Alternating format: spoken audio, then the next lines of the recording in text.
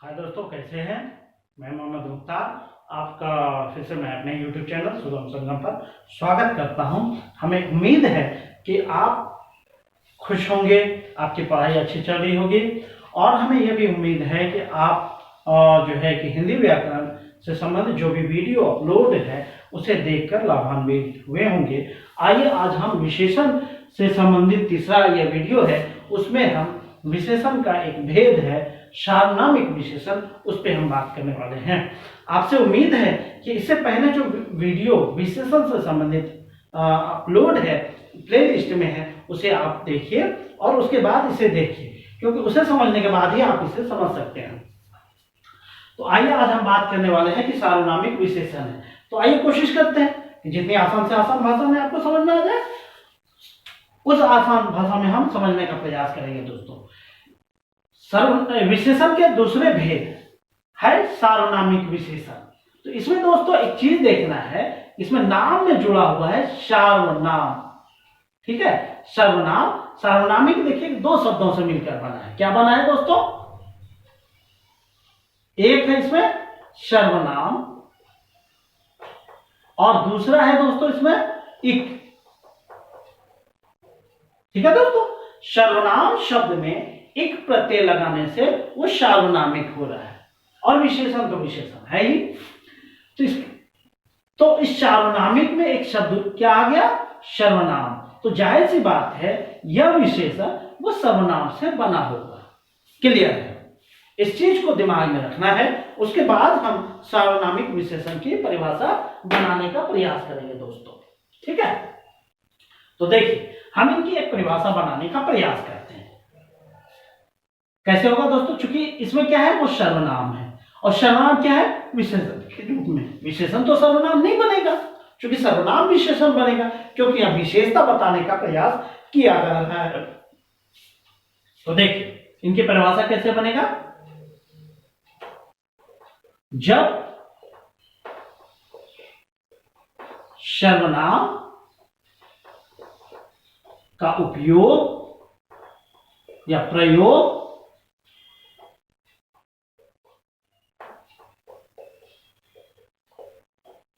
विशेषण के रूप में हो उसे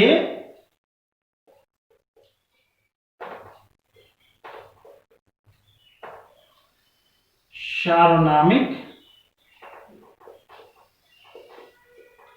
विशेषण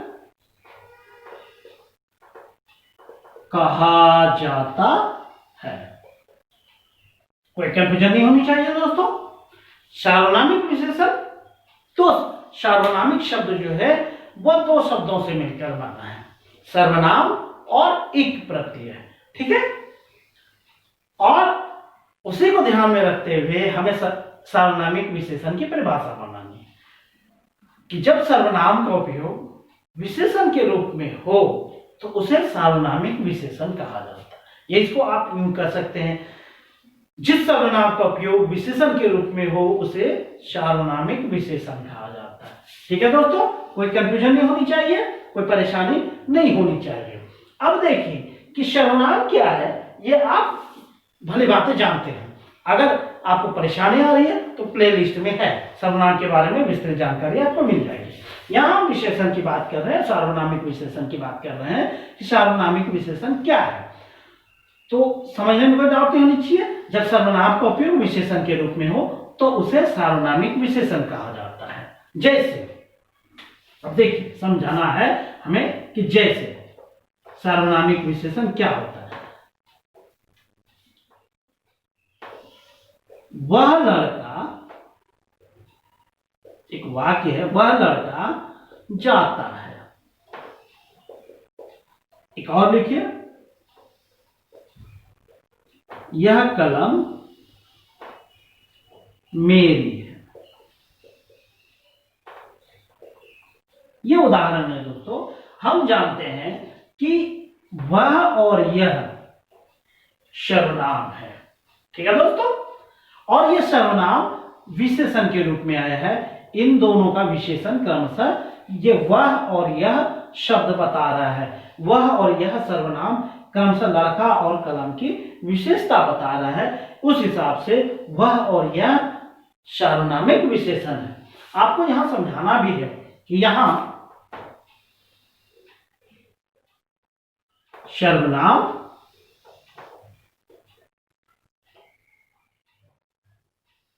वह और यह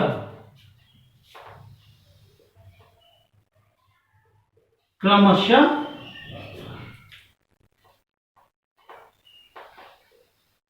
लड़का तथा कलम की विशेषता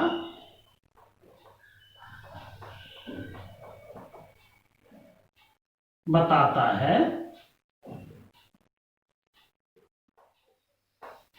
अतः वह और यह सार्वनामिक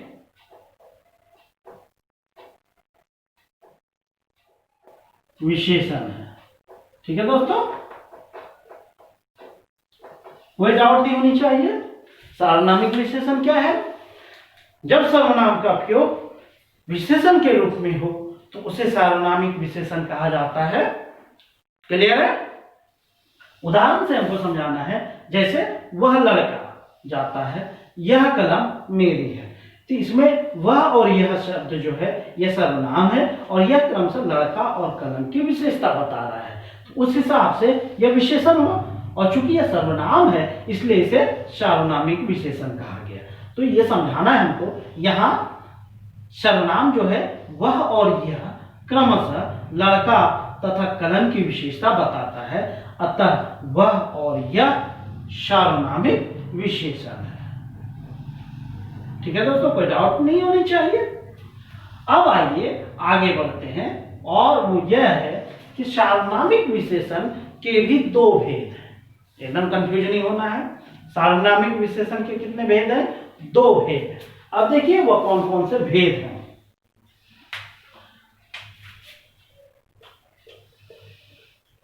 सार्वनामिक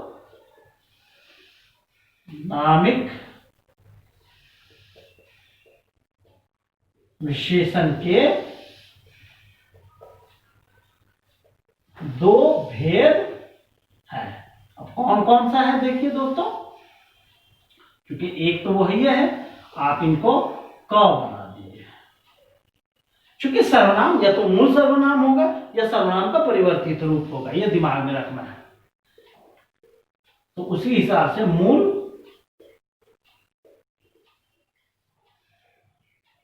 सार्वनामिक विशेषण, और दूसरा होगा दोस्तों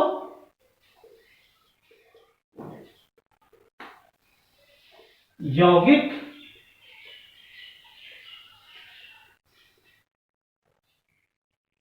सार्वनामिक विशेषण। ठीक है दोस्तों, इतना कंफ्यूज होने की जरूरत नहीं है। सार्वनामिक विशेषण के दो भेद हैं। क्या क्या है? मूल सार्वनामिक विशेषण और यौगिक सार्वनामिक विशेषण। पहले इसे याद रख लेना है, उसके बाद हम इनकी परिभाषा बनाने का प्रयास करेंगे। ठीक है दोस्तों, मूल क्या है? सर्वनाम की दो स्थितियां हो सकती है। या तो खुद सर्वनाम, जो सर्वनाम का मूल रूप है, या तो वह खुद किसी की विशेषता बता रहा हो, और क्या होता है, या वह जब किसी की विशेषता बता रहा होता है तो वह खुद परिवर्तित होता है, उसमें थोड़ा चेंजेज आता है, विकार होता है। क्योंकि विशेषण की परिभाषा जब हमने जाना था उसमें एक चीज हमने जाना था, यह विकारी शब्द है। विकारी मतलब उसमें विकार होगा, उसमें रूप चेंज होगा, उसके रूप में कुछ ना कुछ परिवर्तन होगा। ठीक है, तो वही चीजें यहां लागू होती है। सर्वनाम या तो मूल रूप से आएगा या सर्वनाम अपना रूप परिवर्तित करके आएगा। तो उसी आधार पे सर्वनाम के दो भेद किए गए हैं। कोई डाउट नहीं होनी चाहिए। मूल रूप में आया तो मूल सर्वनाम अपना रूप परिवर्तित करके आया तो परिवर्तित नाम यौगिक सर्वनाम। ठीक है दोस्तों, तो आइए इनकी परिभाषा अब जानने का हम प्रयास करें कि दोनों का क्या क्या परिभाषा है। मूल सार्वनामिक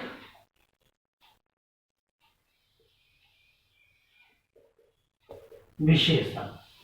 ठीक है दोस्तों, अब इनकी परिभाषा एक अच्छी सी और एक वैध परिभाषा हम बनाने का प्रयास करते हैं। तो इस शब्द में दोस्तों मूल शब्द जुड़ा हुआ है।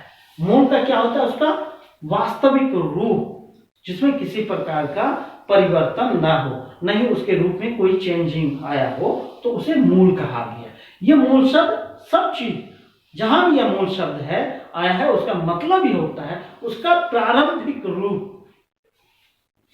तो उसी आधार पे इस सर्वनाम की परिभाषा हमें बनानी है। देखिए, जब इसकी परिभाषा बनाना है दोस्तों,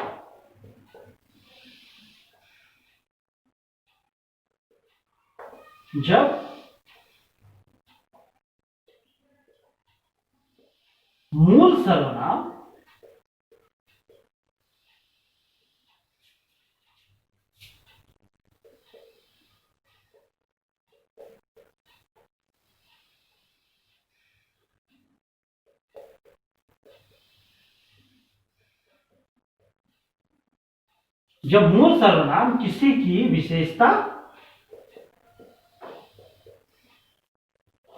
बताए, उसे मूल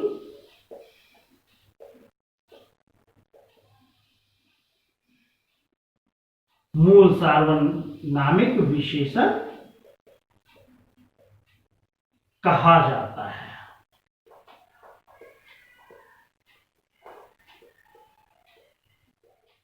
ठीक है दोस्तों, मूल सर्वनाम जब किसी की विशेषता बताए या विशेषण के रूप में है तो उसे मूल सार्वनामिक विशेषण कहा जाता है। उदाहरण देखिए दोस्तों, जैसे हमने यहां पे ये दो उदाहरण बताया था, यह मूल सार्वनामिक विशेषण के उदाहरण में आ जाएगा। देखिए क्या है? वह घर, यह कलम। इसमें जो यह वह और यह है वो सर्वनाम का मूल रूप है। ठीक है दोस्तों, तो इस हिसाब से वह और यह मूल सार्वनामिक विशेषण माने जाएंगे। ठीक है दोस्तों, अब हम इधर बात करें, हम उम्मीद करते हैं कि आपको ये बातें समझ में आ गई होगी। हम इसे डिलीट करने वाले हैं, आप चाहे तो इन्हें लिख लीजिए या स्क्रीनशॉट ले लीजिए। ठीक है दोस्तों, आइए दूसरा।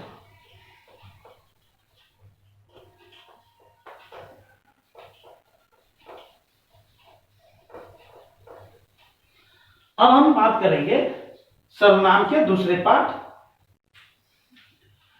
सार्वनामिक विशेषण के दूसरे भेद जो है वो यौगिक सार्वनामिक विशेषण पे है।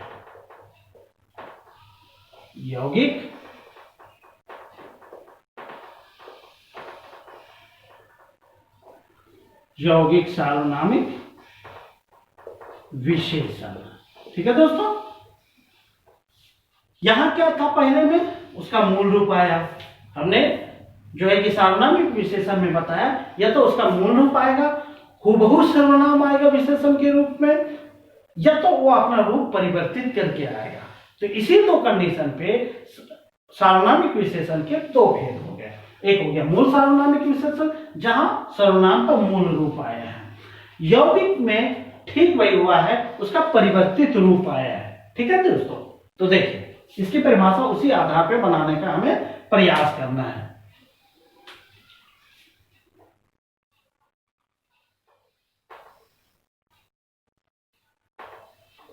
जब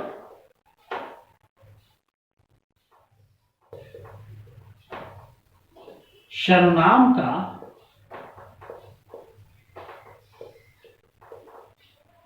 परिवर्तित रूप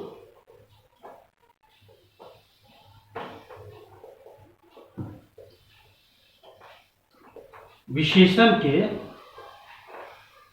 रूप में आए उसे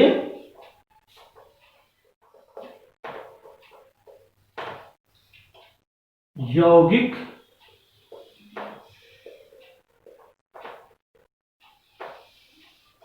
सार्वनामिक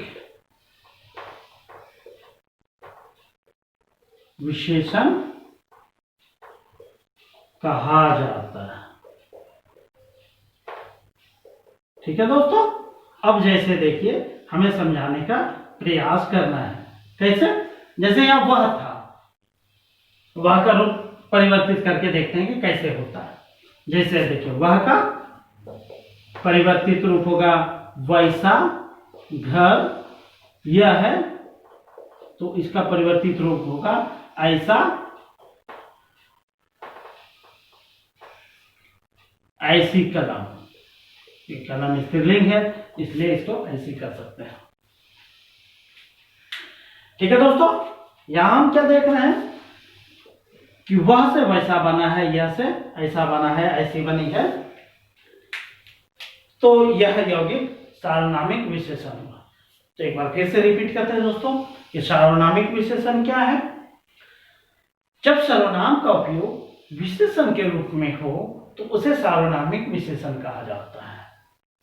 ठीक है, सार्वनामिक विशेषण के दो भेद होते हैं, मूल सार्वनामिक विशेषण और दूसरा यौगिक सार्वनामिक विशेषण। जब मूल सर्वनाम विशेषण के रूप में प्रयुक्त हो तो उसे मूल सार्वनामिक विशेषण कहा जाता है। जैसे वह घर, यह कलम, यहाँ वह और यह मूल सार्वनामिक विशेषण है। और जब सर्वनाम का परिवर्तित रूप विशेषण के रूप में प्रयुक्त हो तो उसे यौगिक सार्वनामिक विशेषण कहा जाता है। तो वो चीजें हमने देखा है, जैसे में वैसा घर और ऐसी कलम में वैसा यौगिक सार्वनामिक विशेषण है, ऐसी यौगिक सार्वनामिक विशेषण है। तो इस तरह दोस्तों हमें उम्मीद है कि सार्वनामिक विशेषण क्या है और उसके भेद और उसकी परिभाषा आपको बखूबी याद हो गया होगा। तो आप इसका स्क्रीनशॉट ले लें, और आपको अगर समझने में फिर भी दिक्कत हो, एक दो बार वीडियो को देखें, आपको बखूबी समझ में आ जाएगा। और रिक्वेस्ट है कि आप जितना ज्यादा आप किताब पढ़ें, हम आपको समझने में मदद कर सकते हैं, लेकिन आपको पढ़ना खुद है दोस्तों। आपकी पढ़ाई तभी परिपक्व होगी जब आप खुद किताब का अध्ययन करेंगे। ठीक है दोस्तों, इसी के साथ थैंक यू, जय हिंद, जय भारत।